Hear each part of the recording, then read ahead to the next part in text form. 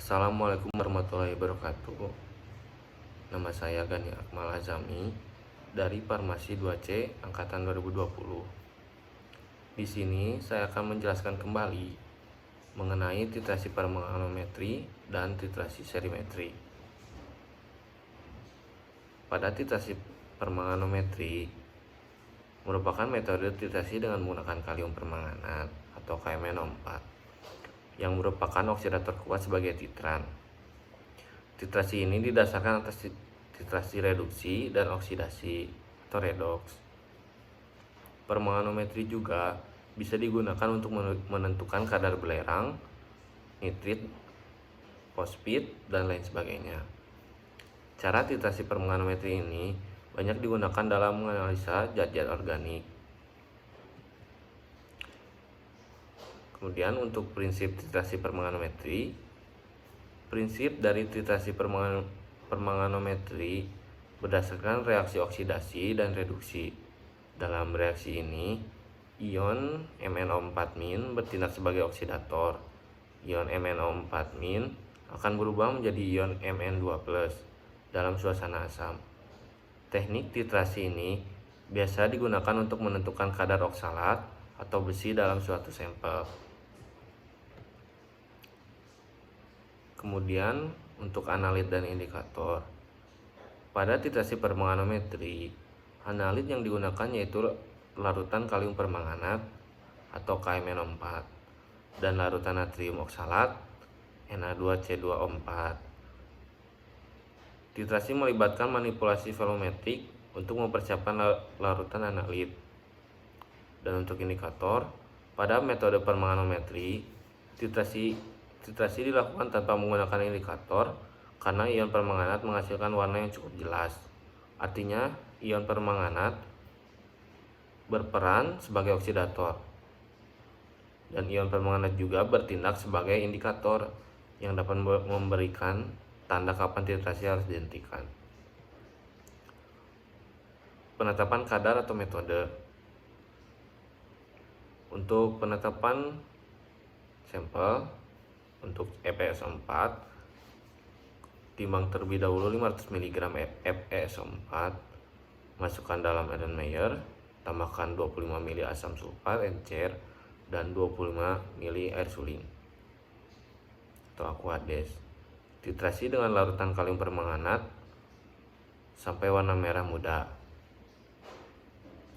Untuk penetapan kadar,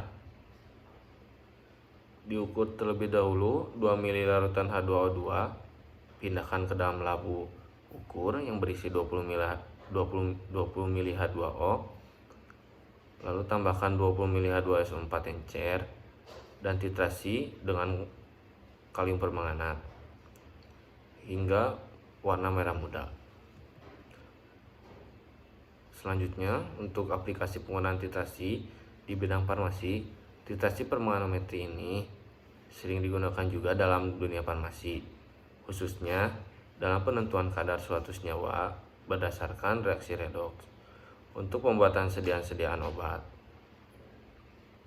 Misalnya dalam bentuk kapsul, tablet, maupun injeksi, serta menentukan kadar besi dalam tubuh dengan cara mengobatinya.